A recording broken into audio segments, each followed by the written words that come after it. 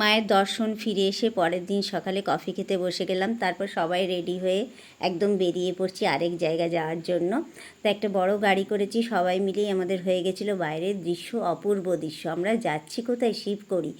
তো এখানে তো মায়ের কাছে তো বৃষ্টি পেলাম না, এখানে রাস্তায় প্রচণ্ড বৃষ্টি হচ্ছিল।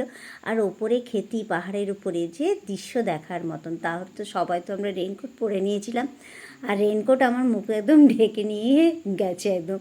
তারপরে এখানেও সেই ঘোড়াতে চড়েই যেতে হবে, খুব ভয় লাগছিল। তারপরে যেতে তো হবে অনেকটাই রাস্তা, নাহলে দর্শন হবে না, তাই ঘোড়াতে করে চেপে গেছিলাম বলে আমি ক্যামেরা করতে পারিনি। দেখতে মানে ক্যামেরা করতে গেলে যদি ভয় লাগে তার জন্য।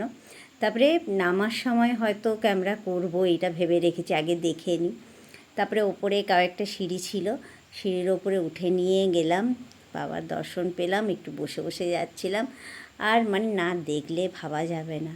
এখানে বাবার দর্শন আমাদের সুন্দরভাবে হয়ে গেছিলো। তার